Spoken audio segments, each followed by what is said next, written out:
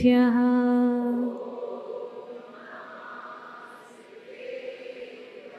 ॐ नमः सिद्धेभ्यः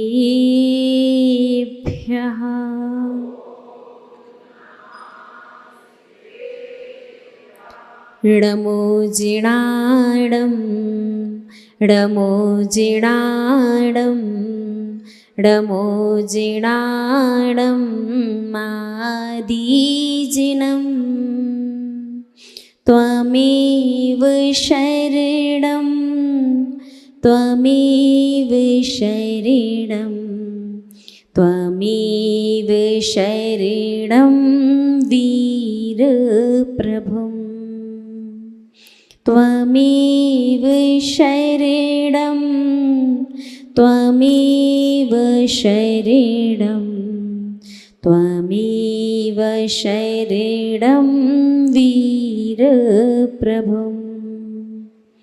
जय बोलिए त्रकालवर्ती त्रैलोक्य पूज्येश्वराध्य पंच परमेष्टि भगवान की आदि ब्रह्मा आदिम तीर्थंकर वृषभ देवी श्री आदिनाथ भगवान की अष्टम तीर्थंकर श्री चंदा प्रभु भगवान की श्री अरिष्ट नेमिनाथ भगवान की विश्ववंदनीय भगवान महावीर स्वामी की परम गुरु परम पिता परमात्मा 1008 श्री सीमंधर स्वामी भगवान की 20वीं सदी के प्रथमाचार्य चारित्र चक्रवर्ती आचार्य भगवंत श्री शांति सागर जी मुनि महाराज की अभिष्ण ज्ञान उपयोगी पूज्य आचार्य गुरुदेव श्री वसुनंदी जी मुनि महाराज की रत्नत्रधारी तपोधन श्रेष्ठ मम शिक्षा गुरु परम श्रद्धेय गणनीय हरिका श्री सौम्यनंदिनी माता जी की अहिंसा प्रधान श्रीमद जैन धर्म की 16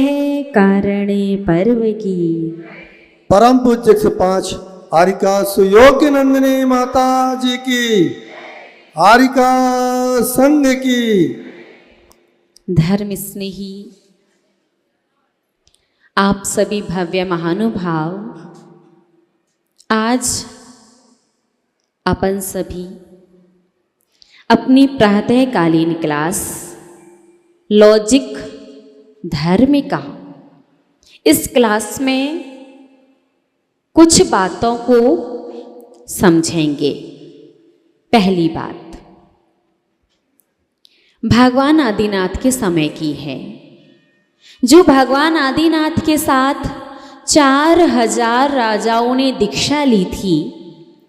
मुनिचर्या का ज्ञान ना होने की वजह से जिन्होंने मुनि धर्म को छोड़ करके अन्य मार्ग को स्वीकार कर लिया था, बाद में उनका क्या हुआ।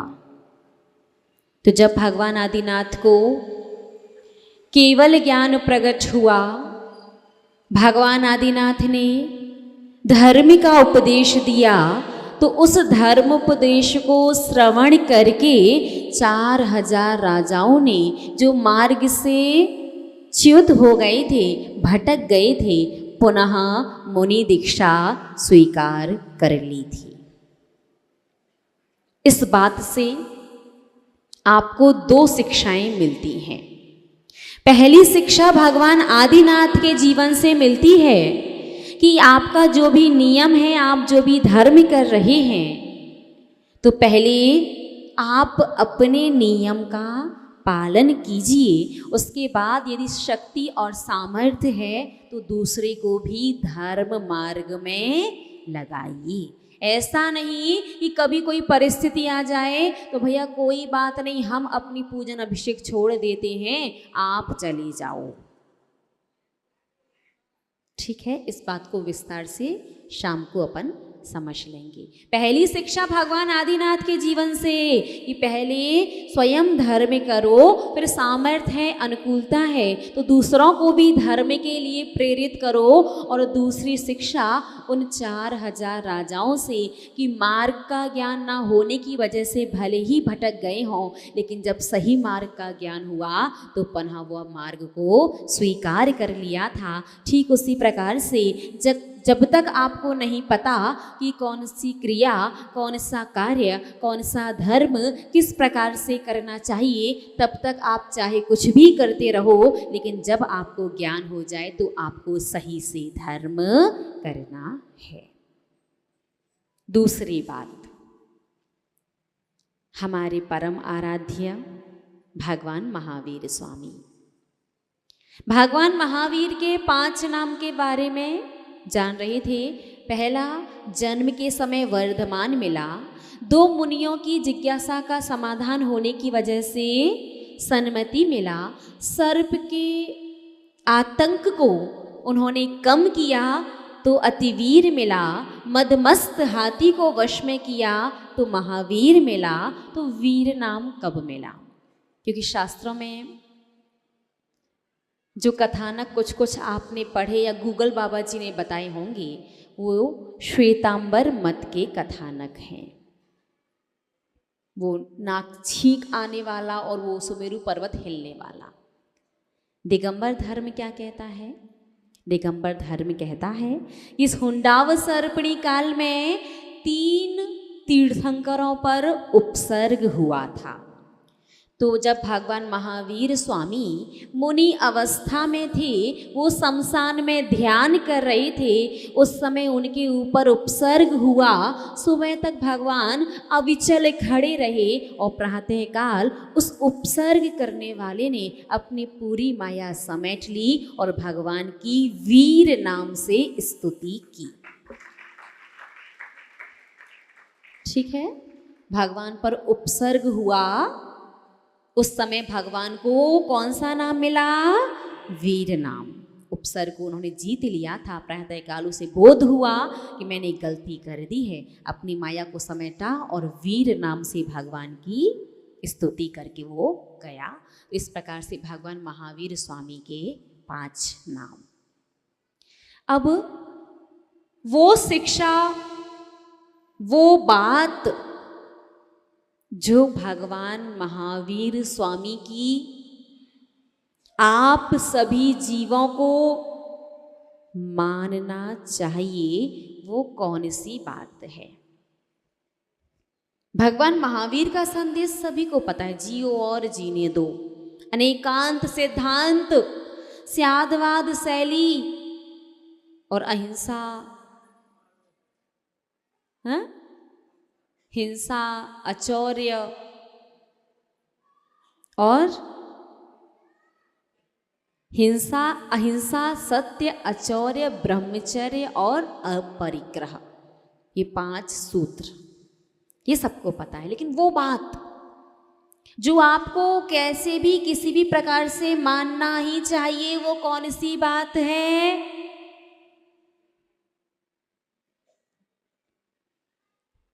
ढूंढा था क्या? ये भूल गए। लेकिन एक बात हम जरूर बताएंगे कि आप लोग श्रावक बहुत अच्छे हैं।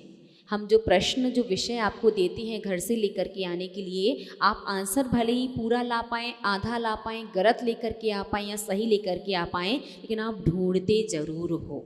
ये हमें कैसे पता? क्योंकि अभी आरिका संघ कक्ष में बैठा हुआ था, आपकी समाज के, आपके मोरा जी के अध्यक्ष महोदय जी आए और ऊपर आके कहते हैं, माता जी कल मैंने शास्त्र उठा करके देखा था, हमने उस शास्त्र में पढ़ा इस प्रकार से लिखा है। तो हम समझ गए जिस संस्था का अध्यक्ष प्रश्न के उत्तर ढूंढने का प्रयास कर रहा है तो पूरी समाज ही ढूंढ रही होगी। तो भगवान महावीर स्वामी की वो बात जो प्रत्येक जीव को माननी चाहिए, वो है कि संसारी प्राणी के जीवन में कोई ना कोई एक नियम जीवन पर्यंत का जरूर होना चाहिए, जीवन पर्यंत का। और आप लोगों के तो माता जी आप एक की बात कर रहे, एक के आगे 5 और लगा दो, 5 पे 1, 51 नियम है। बहुत बढ़िया। तो आपके तो हैं, लेकिन कभी कोई आपको आगे आने वाले समय में मिले, वो आपसे कहे आप भगवान महावीर की संतान हैं, जरा बताइए उनकी एक सबसे महत्वपूर्ण बात जो सभी जीवों को मानना चाहिए, तो पूर्ण विश्वास और गर्व के साथ कहिए कि आपके जीवन में कोई ना कोई एक नियम जीवन पर्यंत का जरूर होना चाहिए। ठीक है। आज की तीसरी बात, कायोत्सर्ग। जब भी शास्त्र स्वाध्याय होता है या प्रवचन सुनते हैं तो अंत में जिनवाणी स्तुति करके एक कायोत्सर्ग यानी 9 बार नमोकार मंत्र पढ़ा जाता है। कई बार तो हमारा 2, 3, 4 बार होता है और हमारे कानों में बहुत सारे श्रावकों की आवाज आने लगती है, तो हम भी जल्दी जल्दी पढ़ लेते, भैया श्रावक को ये ना लगे माता जी ध्यान करने तो नहीं बैठ गई। इस विषय पर बड़ी माता जी से हमारी एक बहुत अच्छी चर्चा हुई थी। एक बार जब हम ब्रह्मचारिणी थे, मैं माता जी से पूछा, माता जी ये श्रावक के लिए नमोकार मंत्र दूसरा और साधुओं के लिए दूसरा है क्या? जो साधु 24 घंटे नमोकार मंत्र का ध्यान कर रहे हैं, नमोकार मंत्र की जाप कर रहे हैं, उन्हें भी कम से कम 30 से 45 सेकंड लगती हैं 9 बार नमोकार मंत्र पढ़ने में। और जो श्रावक 23.5 घंटे संसार में देता है, आधा घंटे में वो नमोकार मंत्र भी, अभिषेक भी, पूजन भी, शास्त्र स्वाध्याय, प्रवचन और चुगली सब कुछ कर लेता है, तो भी वो साधु से पहले 9 बार नमोकार मंत्र पढ़ लेता है। पहली बात तो अपने माता जी से ये पूछी थी, माता जी क्या शास्त्र स्वाध्याय करने के बाद या शास्त्र श्रवण करने के बाद 9 बार नमोकार मंत्र पढ़ना अति आवश्यक है क्या? यदि बाई चांस नमोकार मंत्र ना पढ़ करके ओम नमः कर लें तो, असिया उषा कर लें तो, ये भी लघु नमोकार मंत्र है ना। तो पहले हम आपको इस बात का आंसर देते हैं कि शास्त्र स्वाध्याय या जिनवाणी श्रवण के बाद 9 बार नमोकार मंत्र क्यों पढ़ना चाहिए। देखिए, जीवन में जो भी सुख की अनुभूति होती है, आनंद के क्षण आपके जीवन में आते हैं, आपके जीवन में जो सब कुछ अच्छा होता है, वो आपके पुण्य कर्म की वजह से, और पुण्य कर्म की प्रेरणा भगवान जिनेंद्र देव की वाणी ही देती है। तो भगवान जिनेंद्र देव की वाणी उपकारी है। आप जिनवाणी का श्रवण कर रहे हैं, स्वाध्याय कर रहे हैं, तो पूर्ण विनय के साथ आपको जिनवाणी श्रवण करना चाहिए। विनय के साथ तो करते हैं, लेकिन आधा घंटे से बैठे हैं, बैठे बैठे मच्छर काट जाए तो भैया खुजा भी लेते हैं। गर्मी लग रही हो तो पसीना पहुँचते जाते हैं, और हैंकरचीफ होता ना रूमाल, उससे हवा भी करते जाते हैं। अचानक से कोई स्वर, कोई आवाज़ यहाँ वहाँ से सुनाई दे तो यहाँ वहाँ ताक झांक भी कर लेते हैं। और साधु यदि राजस्थान का ना होकर के आराम आराम से बोलने वाला हो तो ये राजस्थान के वाले की थोड़ी स्पीड ज़्यादा रहेगी, हाँ, तो यहाँ वहाँ थोड़ी चर्चाएं भी कर लेती है, और भैया अच्छे से आ गए क्या, कल तुम बाहर गए थे। और यदि बात शास्त्रों की थोड़ी कठिन वाली आ जाए तो ध्यान भी लगा लेते हैं, गृहस्थों वाला ध्यान। तो ये सारी चीज़ें, और कहीं ना कहीं इतनी देर तक बैठा नहीं जाता तो आसन भी ऐसे ऐसे हिलता रहता है, बहुत सारी चीज़ें हो जाती हैं। और निश्चित रूप से शास्त्र श्रवण करते समय ये छोटी छोटी सी गलतियाँ श्रुत की अभिनय वाले पाप का बंध करवाती हैं।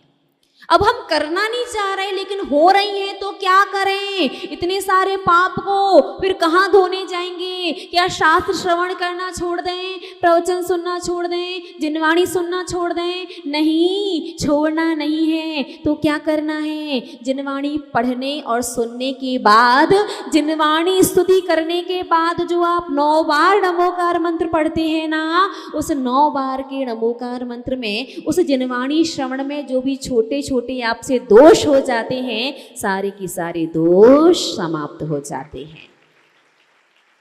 इसलिए 9 बार नमोकार मंत्र पढ़ना अति आवश्यक है। तो पहले समझो नमोकार मंत्र पढ़ना कैसे चाहिए। यदि आप खड़े हैं तो दोनों हाथों को नीचे करके, बहुत से लोग ऐसे पढ़ रहे होते हैं। आपने खड़गासन प्रतिमा को ऐसे देखा है क्या? खड़गासन प्रतिमा में दोनों हाथ नीचे होते हैं। यदि आप खड़े होकर के कायोत्सर्ग कर रहे हैं तो दोनों हाथ नीचे होने चाहिए। बैठ करके कर रहे हैं तो हाथ के ऊपर हाथ होना चाहिए। चलो एक और बात हमें बहुत अच्छी याद आ गई। जिनवाणी स्तुति करते हैं तो सभी लोग खड़े हो जाते हैं, तो खड़ा होना चाहिए कि नहीं होना चाहिए? होना चाहिए तो क्यों, और नहीं होना चाहिए तो क्यों?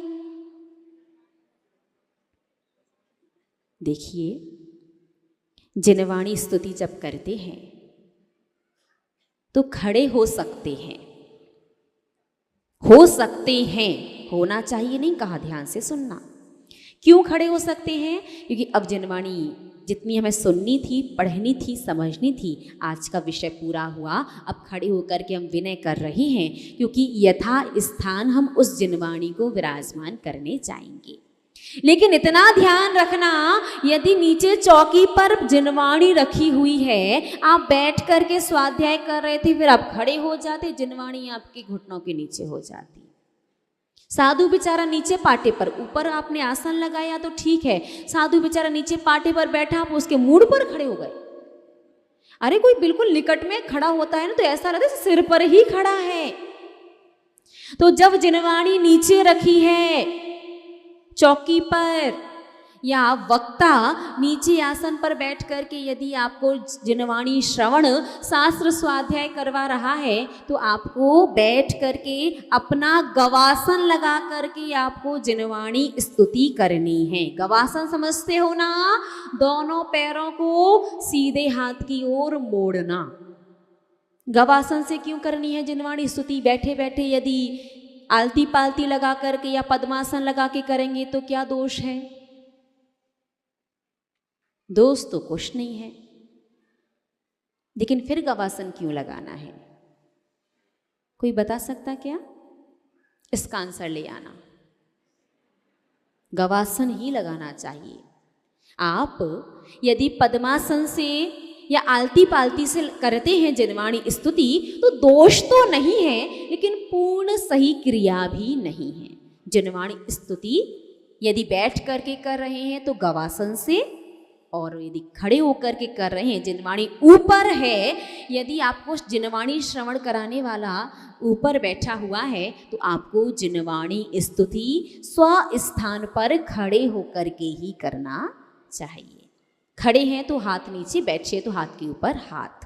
पढ़ना चाहिए 9 बार नमोकार मंत्र। सही विधि 9 बार नमोकार मंत्र पढ़ने की श्वासोच्छ्वास पूर्वक। श्वासोच्छ्वास मतलब श्वासोच्छ्वास। णमो अरिहंताड़म में श्वास लो, सिद्धाड़म में छोड़ो, ऐरियाड़म में लो, उवज्झायाड़म में छोड़ो, णमो लोई में लो और सव्य साहुड़म में छोड़ो। लेकिन यदि इस प्रकार से नहीं कर सकते तो सामान्य वाला भी आप 9 बार नमोकार मंत्र पढ़ सकते हैं।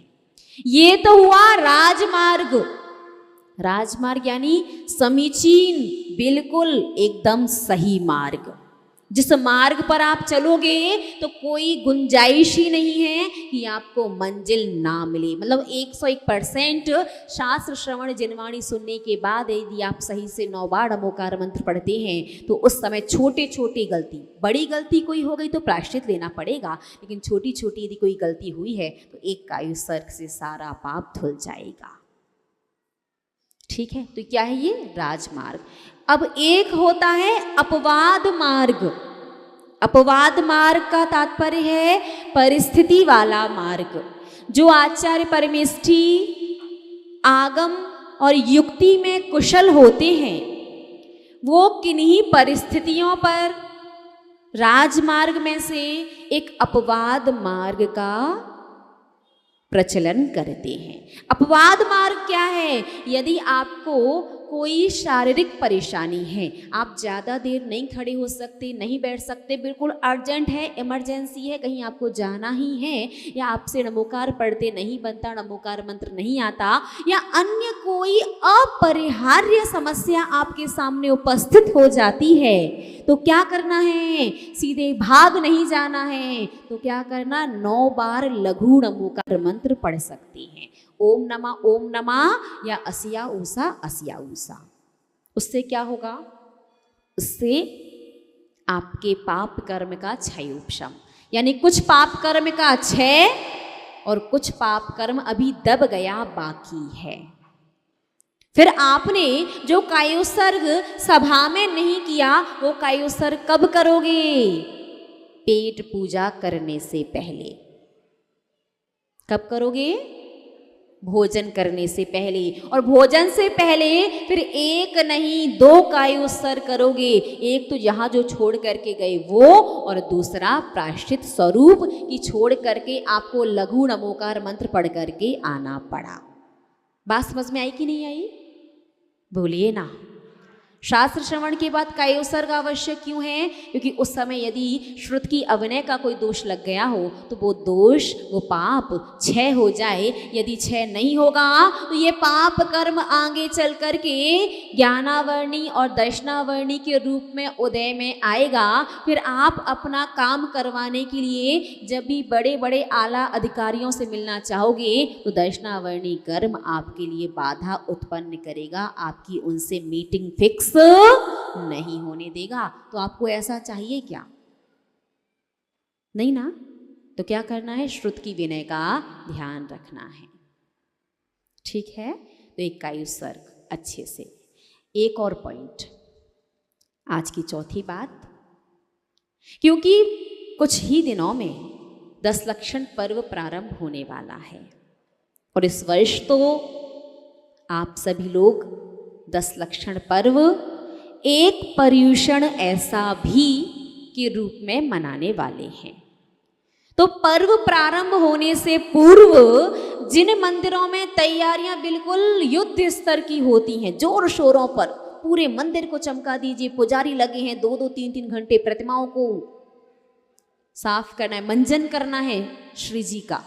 मंजन नहीं समझते हैं ना, वो वाला मंजन नहीं तो पता चले कल से पेस्ट और ब्रश लेके पहुंचा भगवान जी, माता जी कह रही मंजन। मंजन का तात्पर्य है रीठा वगैरह जो भी होता है प्रतिमाओं की थोड़ी सी जो भी की जाती है, समझ गए ना?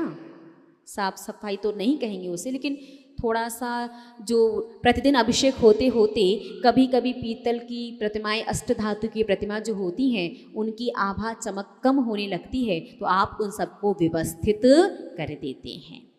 तो प्रतिमाओं का मंजन करते समय बहुत सारे पानी का प्रयोग करना पड़ता है। आप उस पानी को कितना भी समेटो, कितना भी ध्यान रखो, कहीं ना कहीं किसी ना किसी प्रकार से वो पानी पैरों में आ ही जाता है। अब कुछ लोगों को तो विकल्प होता है और होना भी चाहिए, क्योंकि भले ही वो आपने मंत्र ना पढ़ा हो लेकिन श्री जी के ऊपर से होकर के जल आ रहा है तो वो गंधोदक की तरह ही पूज्य है। गंधोदक नहीं है लेकिन गंधोदक की तरह ही पूज्य है।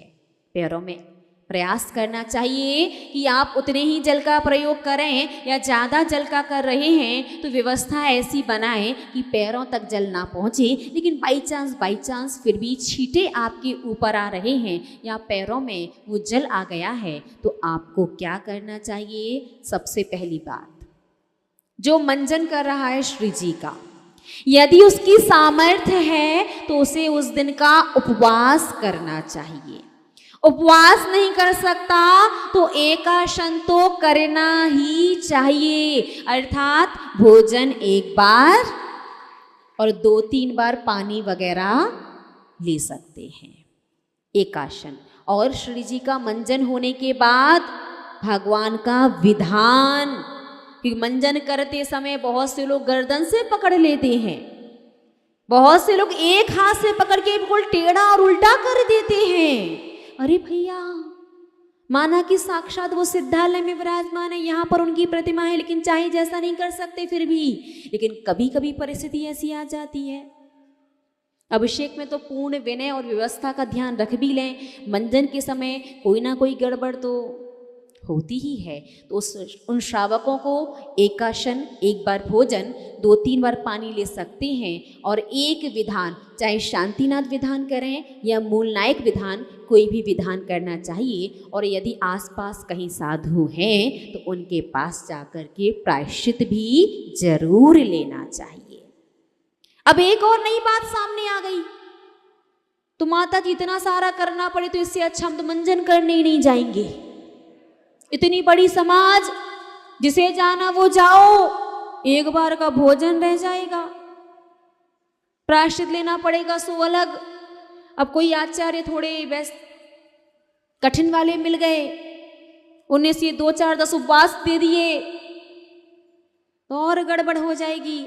तो इतनी बड़ी समाज है, सबके भगवान जी, सबकी जिम्मेदारी, सब लोग जाएं, हम क्यों जाएं? तो धर्म स्नेही महानुभाव, यदि ऐसा विचार मन में आ रहा हो तो इसी क्षण छोड़ देना, क्योंकि जो श्रावक भगवान जिनेंद्र देव की प्रतिमाओं का, जिन चैत्यों का मंजन करता है, उनकी जो भी व्यवस्था है वो अनुकूलता से बनाता है, उस श्रावक को उच्च गोत्र का बंध होता है। उच्च गोत्र समझते ना, हमेशा मान सम्मान इज्जत वाला कुल और इज्जत वाला पद मिलता है। सम्मान चाहिए कि नहीं चाहिए? नाम, यश, ख्याति सबको चाहिए। तो श्री जी का मंजन करने जिन मंदिर पहुंच जाइए, कहना नहीं है भगवान से, बस आप तो करो, बाकी सारा कार्यक्रम कर्म अपने आप देख लेते हैं। तो कितनी बातें हो गई आज? 4। पहली, भगवान आदिनाथ के साथ जो 4000 राजाओं ने दीक्षा ली थी, उन्होंने पुनः जिन दीक्षा लेकर के सदगति को प्राप्त किया था। दूसरी, भगवान महावीर स्वामी पर मुनि अवस्था में जो उपसर्ग हुआ था, प्रातःकाल उनकी वीर नाम से स्तुति की गई थी। तीसरी, शास्त्र स्वाध्याय या प्रवचन सुनने के बाद, जिनवाणी स्तुति के बाद एक कायुसर्ग जरूर करना चाहिए, अच्छे से, और नमोकार मंत्र पढ़ करके ही करना चाहिए। और यदि कभी परिस्थिति आ जाए तो वो वाली बात वो ध्यान रखना। और चौथी बात, जो भगवान जिनेंद्र देव की प्रतिमा का मंजन करने के लिए जाता है वो उच्च गोत्र का बंध करता है, लेकिन मंजन करते समय यथासंभव गलतियां तो होती ही हैं। तो 3 बातों का ध्यान रखना है। पहली बात, विधान करना है। दूसरी बात, भोजन 1 बार और पानी 2-3 बार ले सकते हैं। और तीसरी बात, निकट में कोई साधु हैं तो उनसे प्रायश्चित लेना है। अब चौथी बात फिर कभी बताएंगे। हाँ, चौथी नहीं है, कौन सी? 5वीं बात। तो देखिएगा, जैसा कि परसों से तो पर्युषण पर्व प्रारंभ हो रहे हैं, और निश्चित रूप से जब भी व्रत आते हैं तो यही 10 दिन तो होते हैं जब पता चलता है कि आप कैसे जैन हो। कैसे जैन हो 10 दिन में पता चलता है। कुबेर इंद्र महाराज तो अपनी धनश्री के साथ तैयार है, कह रहे क्या बात है। कुबेर इंद्र की इंद्राणी को क्या कहते हैं? हाँ, वो सुन करके, सौधर्म इंद्र की सची इंद्राणी और कुबेर इंद्र की धनश्री और चक्रवर्ती की पटरानी। ठीक है ना? तो पर्युषण पर्व तो परसों से प्रारंभ हो रहे हैं, लेकिन देखिए ना, आचार्य भगवंत शांति सागर जी महाराज का आज तिथि से समाधि दिवस है और कल तारीख से है।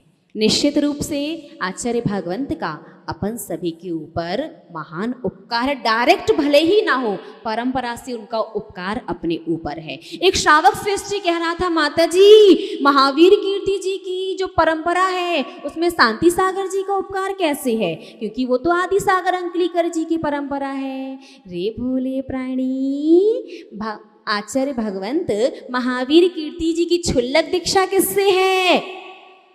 आचार्य भगवंत शांति सागर जी के पट्ट शिष्य आचार्य श्री वीर सागर जी से। बात समझ में आ गई? आचार्य भगवान शांति सागर जी महाराज, शांति सागर जी के पट्ट शिष्य वीर सागर जी, और वीर सागर जी से क्षुल्लक दीक्षा हुई थी महावीर कीर्ति जी की, और बाद में मुनि दीक्षा और आचार्य पद उनका आदि सागर जी अंकलीकर से हुआ था। बात समझ में आई ना? उपकार हुआ कि नहीं हुआ? ठीक उसी प्रकार से वर्तमान में जो साधुओं का सानिध्य हमें मिल रहा है, जिनवाणी श्रवण करने के लिए जो मिल रहा है, और हम हे उपाधियों को समझ पा रहे हैं, तो आचार्य भगवंत श्री शांति सागर जी महाराज का परम उपकार है। अभी तक आपने कई बार उनका समाधि दिवस मनाया होगा, हो सकता है शायद, लेकिन इस वर्ष अपन अच्छे से मनाएंगे, क्योंकि जीवन में कम से कम एक बार तो यदि मौका आया है तो अपने उपकारी के उपकार को स्मरण करते हुए उनके प्रति कृतज्ञता ज्ञापित करना ही चाहिए। तो कल क्या करना है आपको? अपने घर से खाली हाथ नहीं आना है, चाहे एक मुट्ठी चावल लेकर के आना, चाहे श्रीफल लेकर के आना, और चाहो तो पूरी थाल भर के द्रव्य अष्ट द्रव्य लेकर के आ सकते हैं। निर्णय आपका है। अपने हाथ से कोई ना कोई द्रव्य लेकर के आना है और ठीक 8 बजे यहाँ पर उपस्थित होना है, क्योंकि पहले अपन आचार्य भगवंत शांति सागर जी मुनि महाराज की पूजन करेंगे, उनके प्रति अपनी कृतज्ञता ज्ञापित करेंगे, और उसके बाद सबसे महत्वपूर्ण इस वर्ष की क्या बताएंगे? हाँ, एक पर्युषण ऐसा भी। तो इस पर्युषण पर्व में 10 लक्षण धर्म में श्रावक को किन किन नियमों का पालन करना है और क्यों करना है, ये दोनों चीज़ें हम बताएंगे। उसके बाद निर्णय आपका है कि पालन करना है या क्या कहा आपने? हाँ, मुझे ऐसा लगा कि कोई आवाज़ नहीं आई थी। वैसे पालन करना है या करना है, ठीक है ना? तो आप कल आइएगा, अच्छे से एक एक नियम को समझिएगा कि कौन सा नियम क्यों है, उसका रीज़न क्या है, और उसे यदि हम अपने जीवन में अंगीकार करते हैं तो हमें जीवन में किस परिवर्तन और किस मार्ग की प्राप्ति होती है। तो कल प्रातःकाल 8 बजे शुद्ध कपड़ों में आने हैं, ठीक है ना? तो जय बोलिए परम श्रद्धेय अगणनीय आरिका श्री सौम्य नंदिनी माता जी की। मंत्री जी, परम पूज्य 105 आरिका सुयोग्य नंदिनी माता जी की। नहीं, सच में हम आरिका संघ की अपने 13 वर्ष का अनुभव बता ही देते हैं आपको।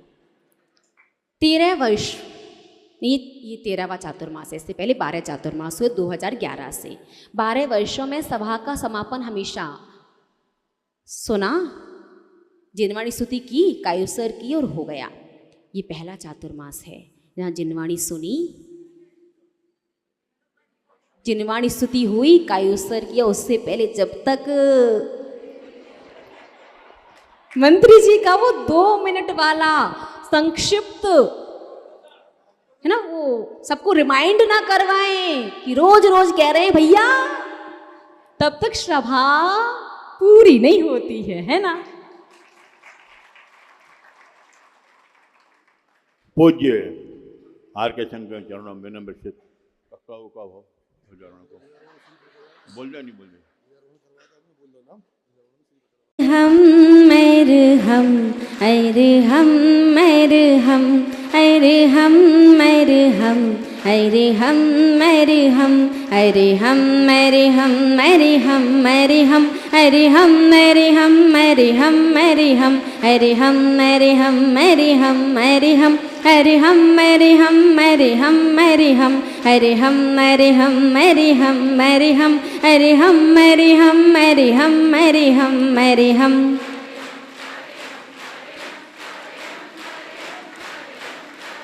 अरे हम मेरे हम मेरे हम मेरे हम अरे हम मेरे हम मेरे हम मेरे हम मेरे हम मेरे हम मेरे हम